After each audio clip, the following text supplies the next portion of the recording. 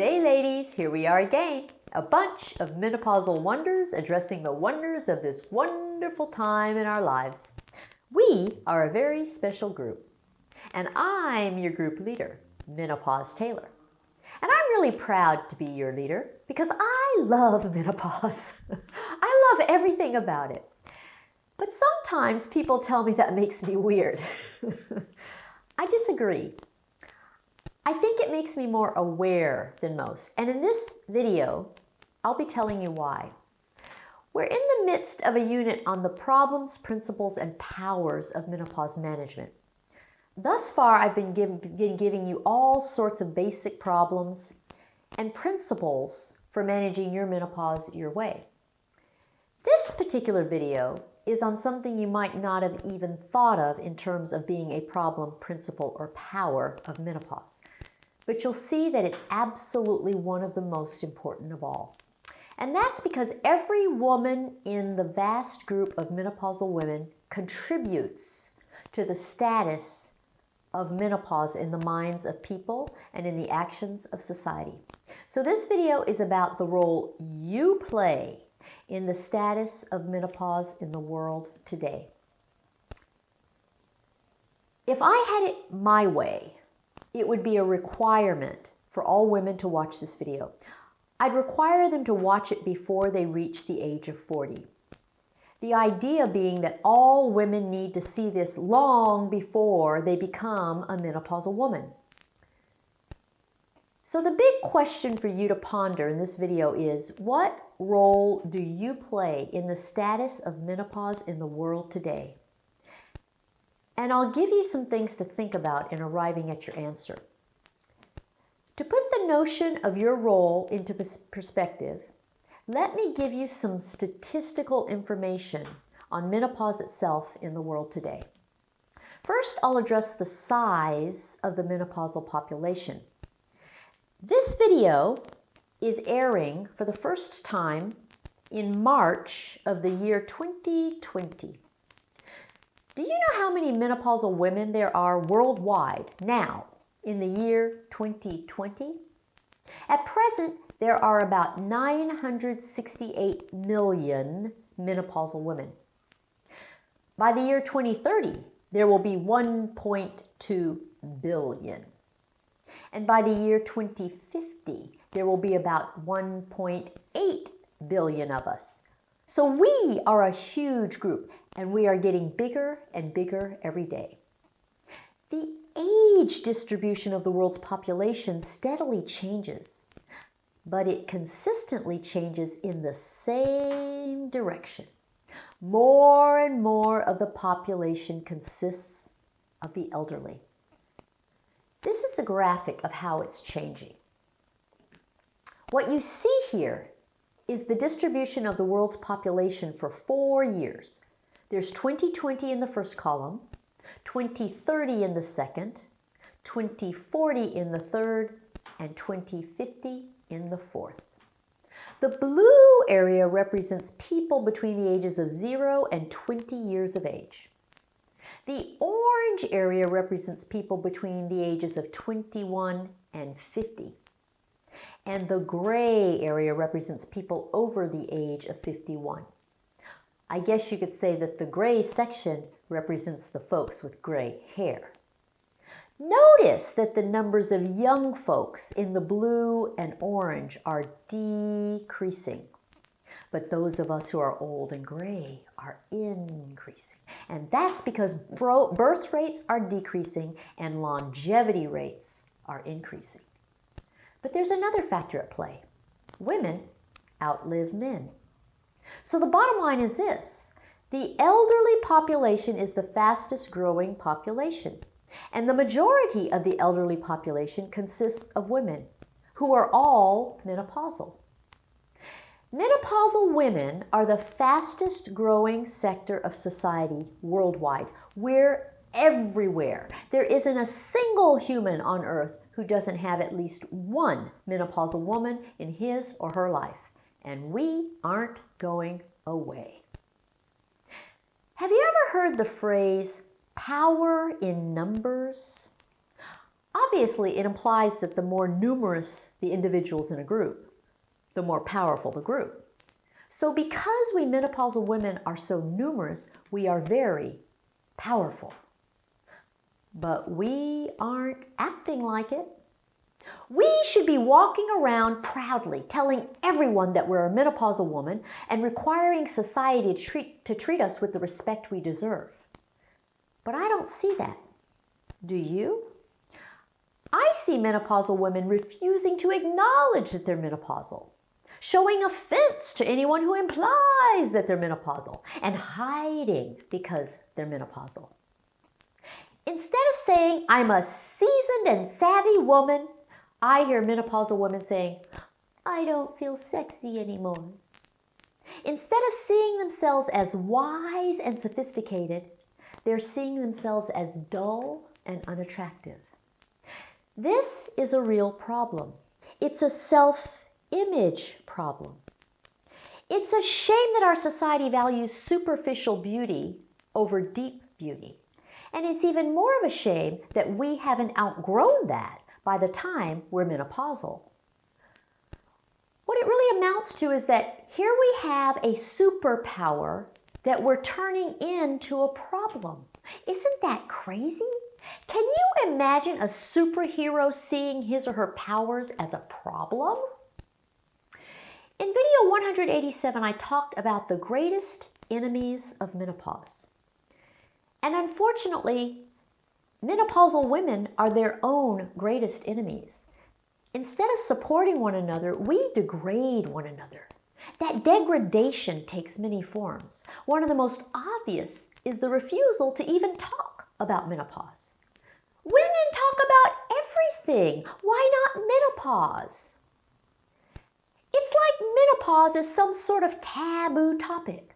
But how can it be taboo when the fastest growing sector of the population is menopausal? It just doesn't make sense. We have to start the conversation. If we don't, nobody will. So what role do you play in starting the conversation about menopause? The next type of degradation takes the form of younger, perimenopausal women treating older, postmenopausal women like they have the plague. It's as if until a woman is postmenopausal herself, she doesn't want to be around anyone who is. It's as if women think menopause is contagious. Well, I have news for you. It is. You are going to catch it. There is no way you can avoid it unless you die instead.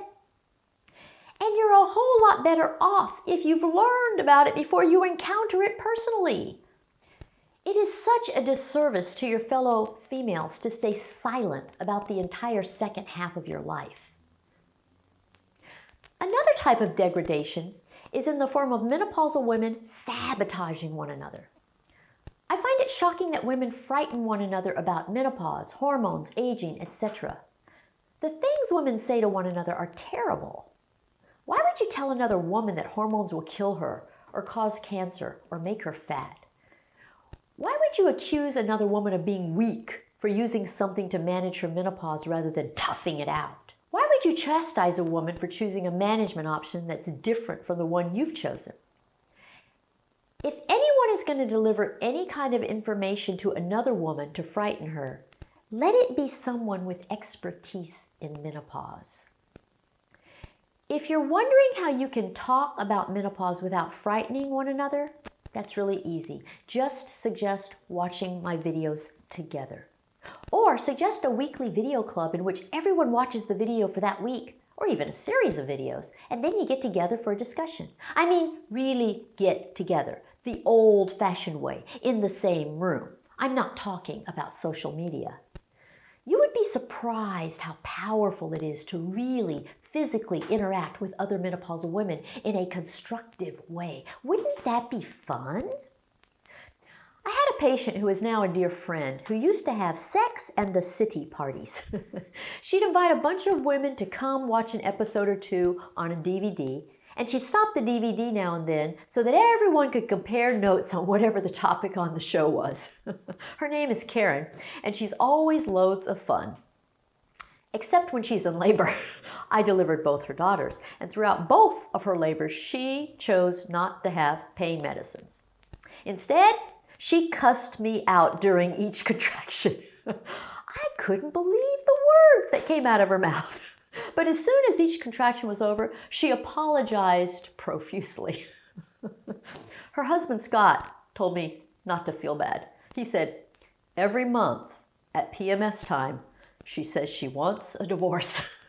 But after 2 days, she denies ever having said that she wanted one. Karen, Karen. But here's the real reason I'm giving you this video. Despite the fact that menopausal women are the fastest growing sector of society, despite the fact that we have so much power, despite the fact that menopausal women are so numerous that we have a huge impact on every aspect of society, menopause is still the most neglected topic on earth. It's neglected by the traditional medical profession, with most doctors having little or no education about it. It's neglected by the alternative and complementary community, with most professionals having inaccurate misconceptions about it. It's neglected in the workplace, with not a single accommodation for menopausal women.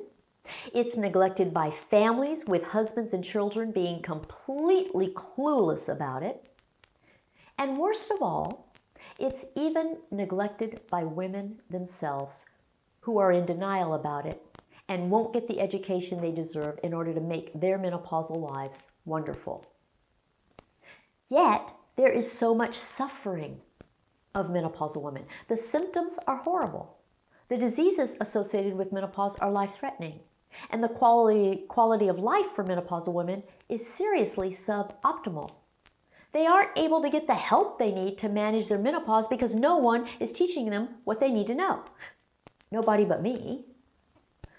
Do you think the situation would be as dire if men endured menopause instead of women? I assure you it wouldn't be, largely because men would not stand for the neglect that we've put up with. And here's the most important thing I'm going to say in this video. If we don't do something to change the situation, no one will. It's up to us. If we don't start behaving in ways that will improve the situation for menopausal women, it will never change.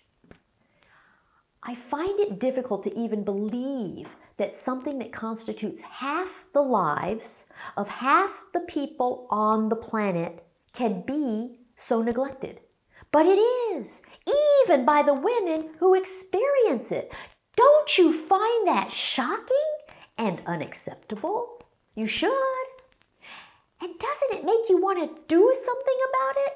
It can change, and I'm happy to lead that change. It's up to each and every one of us to do our part to make the situation better for ourselves and for every other menopausal woman. Every woman, for that matter. Actually, every woman, because they will all be menopausal someday. So it's really up to you. So ask yourself, what role do you play in the status of menopause in the world today? And are you going to do your part in making it better tomorrow? I hope you realize that my goal is to make your menopausal life pleasant and easy. And I hope you do everything you can to do the same for your fellow menopausal friends and sisters. Just send them to my website or YouTube channel. Sharing this education with the women in your life is the most loving thing you could ever do for them. So this is where I will leave you today. And next week I'll talk about some of the inadequacies in the services or lack thereof for menopausal women. Be sure to subscribe, be sure to follow me on Facebook, Twitter, and Instagram, and schedule a one-on-one consultation at menopausetailor.me for anything your heart desires. Bye!